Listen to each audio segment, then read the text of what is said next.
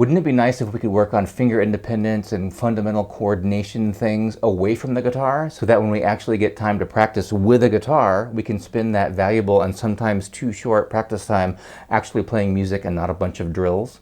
I got really good at this technique in high school doing this on a desk. And in this tutorial, I'm going to show you all the things that we can work on with the right hand, and there's many of them, and even some stuff for the left hand that we can work on and really get better at without a guitar. Check out this thing. I got this years and years ago. It's very dirty. And there's practice tools like this you can find online, and it has the spacing of the nylon strings as you would want them. On a standard classical guitar, you could work on arpeggios and rasgueados and all this stuff. But you don't even need this. I would encourage you to try to get that. But you don't even need that to work on some of the basic mechanics that we need for the guitar and finger independence. So our technique is fundamentally all about moving the right way with the right knuckles, with the proper curvature in the fingers and relaxation. And before we even look at the actual techniques that we're going to do in a second, let me just talk about what you can and should be doing in your daily life when you're walking around without a guitar to reinforce some of these fundamental principles. Before we start looking at the actual motions that we want to make sure that we have a few fundamental ideas in place, and that is how our joints and knuckles should be moving. So make sure first that you're doing these things. We want our wrists to be straight, and this goes for both hands. When your wrist bends, your fingers will straighten. We want our fingers to be curved. And again, we can do this while we're walking the dog. Nice straight wrist and relax and move from the big knuckle like this. And this goes for both hands. We're going to look at both hands here. Moving from the big knuckle, and we're also curved at every single knuckle here. We don't want to have a straight finger.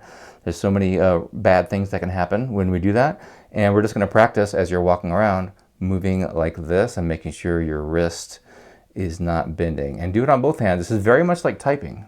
As soon as we get a guitar in our hands, we end up going like this and bending our wrist when we really, most of the time, don't need to do that. Really try to stay straight and rely on the curving of your fingers to get in place for the left hand.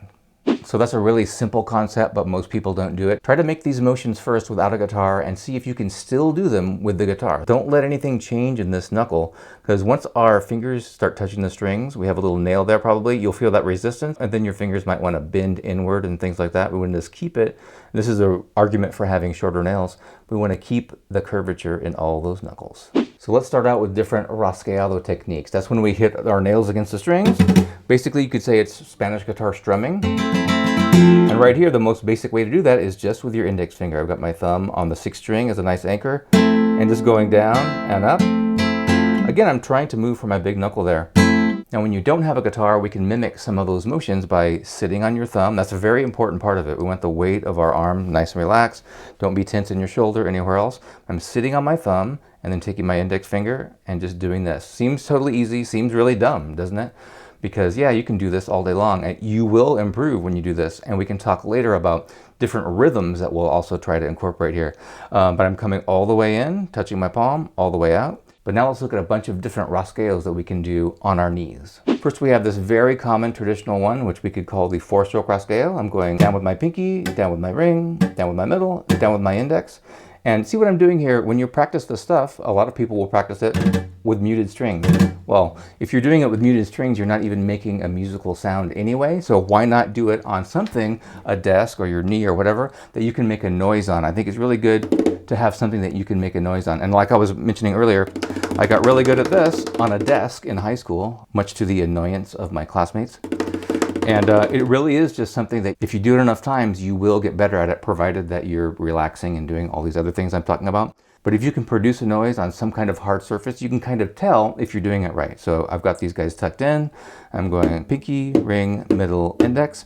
Now, the great flamenco guitarist Juan Serrano years ago had a DVD where he would tell you to do exactly this, make a fist. And he has a weird rasgueo, which I talk about in another video. He goes down with the index and like this. But this kind of thing is absolutely what you should be doing when you don't have a guitar. And we almost forget that we can work on these things when we don't have a guitar in our hands.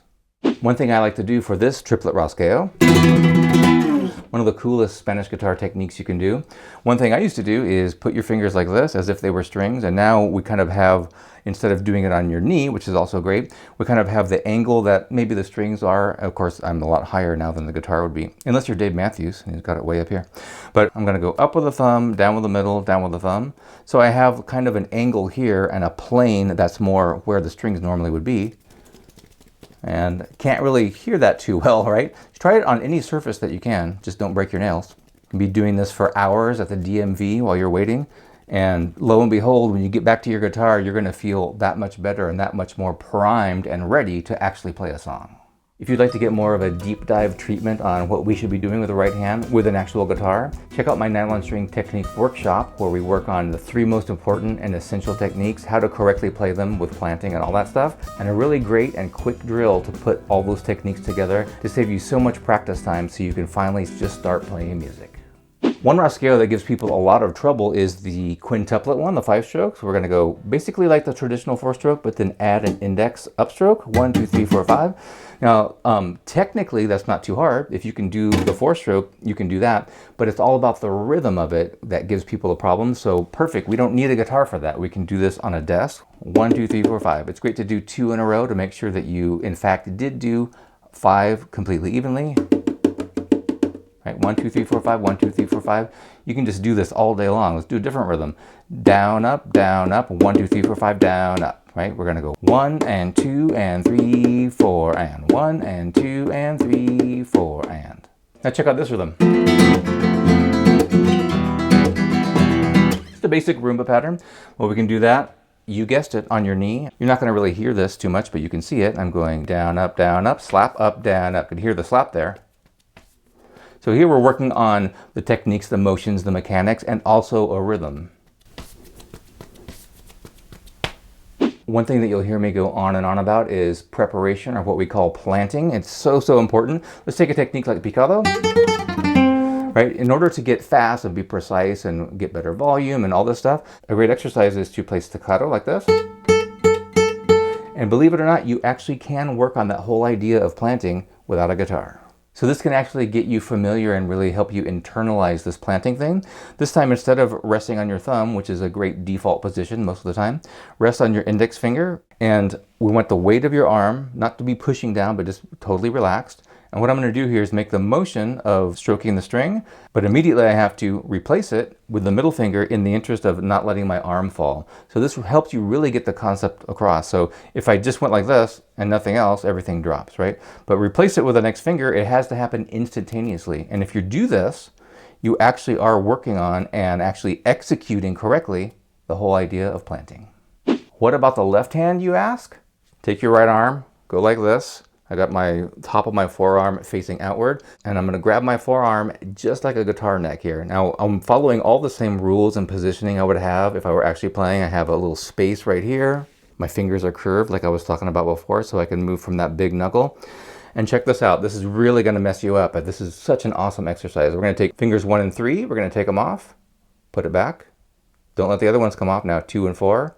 Now, it's amazing how you can get used to this just in 30 seconds or something. It might take you a little while. A bunch of different variations and combinations we can do. But you can really feel your brain starting to get it and your fingers starting to get it. And this is absolutely so translatable to the guitar. So that once you pick that guitar up, your left hand will respond to your split-second commands a lot better. So we could take these 2 off, we could take the outer ones off, or just one at a time. Everybody's got more trouble with the ring finger. It's really hard to lift that, but make sure you don't straighten it. Like I was saying before, everything curved, moving from the big knuckle. We've got our pinky here, and I could work on just the ring and the pinky. This is such a great strengthener. I'm going out pretty far here, and I can really feel it. Or we can do some of these exercises where we go like this, you know? See that in pumping nylon? These fixed finger opposing motion exercises. Really great. I saw an interview with Paul McCartney years and years ago, and he was talking about how back in the day somebody showed him a chord and he held his fingers like this, and then he rode the subway or the tube back to the boys and showed him this chord. I don't know if he was just making that up, but it kind of makes sense just for the reasons that we're talking about. You can really work on so many mechanics and even get the picture of a chord. I'm holding a C chord right now, can't you tell? Just another one of the myriad things we can do to get better and actually improve our technique without a guitar. So there's much more that you can do and much more practice that you can get without a guitar, and one of those is getting good at following a metronome, something you can do in your car. Just don't run off the road. But one challenge I see a lot of students have is they react to a metronome instead of trying to anticipate when that next click is going to come. So just listening to a metronome, let's say you're in your car, maybe you have it on headphones and you're trying to snap your fingers or tap your foot. Don't tap your foot while you're driving. and try to anticipate when that next click is coming. It's not a natural thing for a lot of people. We have to train ourselves to get good at that. Of course, we can work on some rhythms too without a guitar, but still have a metronome going. Let's check out this full flamenco measure of Alegrías.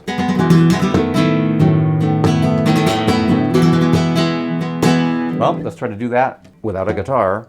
I'm using the back of the guitar. That's something you might see a flamenco guitarist doing quite a bit because it's so rhythm heavy and there's all these fingers that need to strike at a certain time, and there's this 12 beat in that case count going on.